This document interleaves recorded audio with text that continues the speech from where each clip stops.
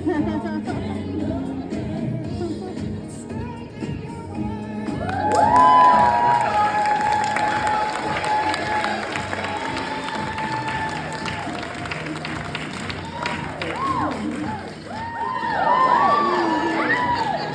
DJC, you know it.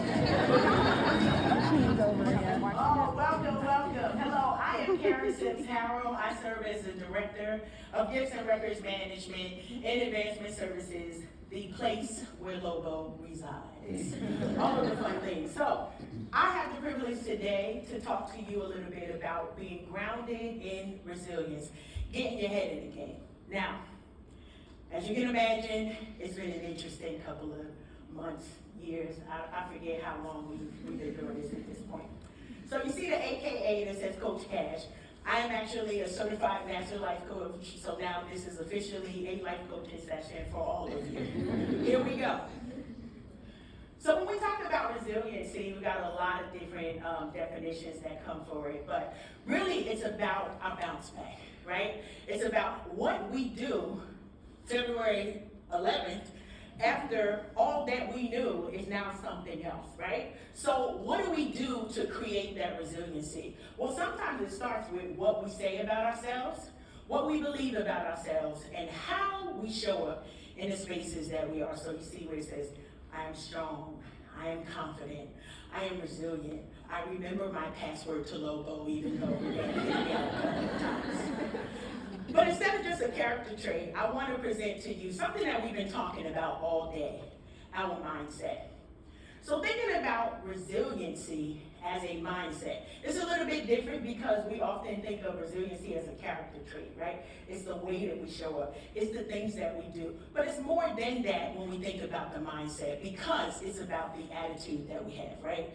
Are we all a little bit I don't want to use the word fearful, but are we concerned about what's going to happen a week from today when many of us go to turn on the computers and looking at a new system? But what's our behavior behind that, right? What are the things that we've done? And what are the action items we put in place to allow us to what? Be successful. You know why we're going to be successful? Because we defined it, and I'm here for the cake. If you didn't know by now, I am here for the celebration, so there's going to be one way or another. We're going to celebrate something big. So rewind a little bit. This is me with two of my boys. For those who work with me, they know that my favorite holiday is the Super Bowl.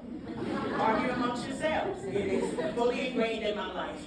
As we think about, all of the things that happen with the Super Bowl, on both sides of me are two of my boys. So I have 4 boys and a Danielle. Many of you have daughters. I had a Danielle. We survived everybody, but they were football players their whole entire lives. And so they played special teams, offense and defense, 2-a-days, and all of the hours of football. One of the things that they got to do is put their jerseys down.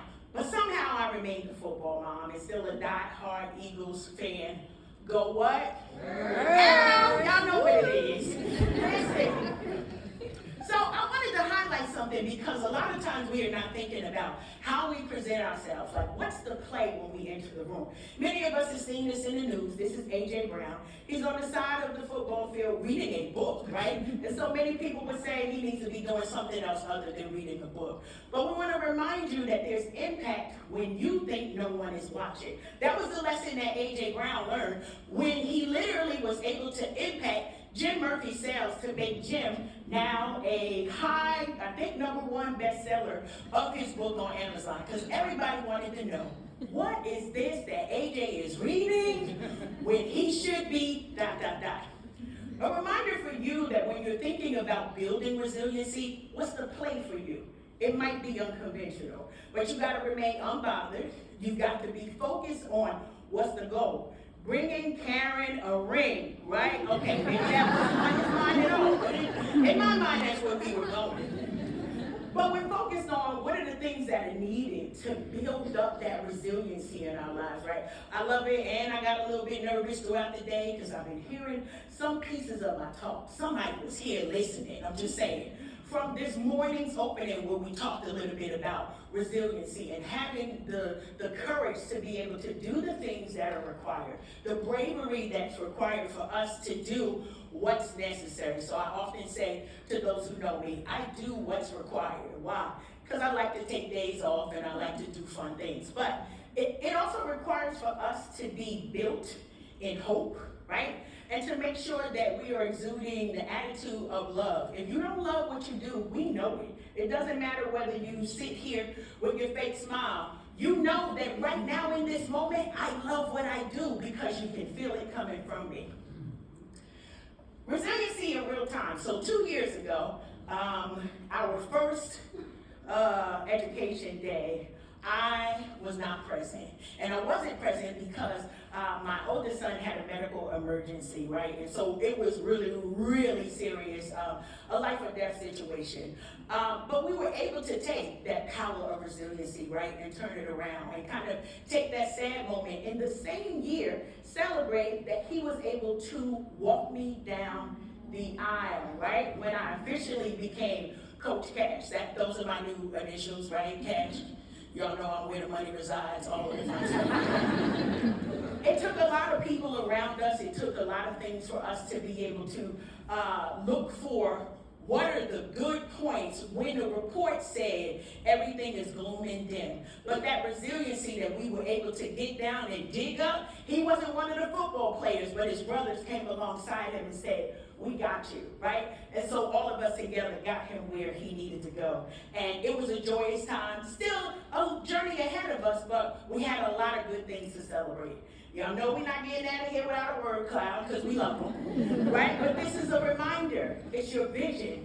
Are you able to overcome the obstacle? Do you have the strength? Are you motivated to move forward? Remember that come Monday when your emails are kind of doubled or you're seeing different things in logo.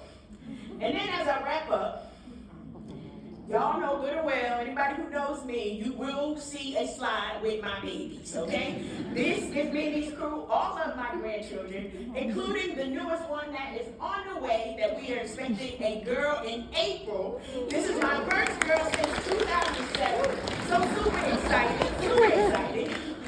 And I just want to end with reminding you that even though things may seem impossible, the fact is, if you say it to yourself, and we're going to all say this, they're possible because we're possible. So you see it up there. Can you say it out loud? I'm possible. I'm possible. Thank you. That's my time.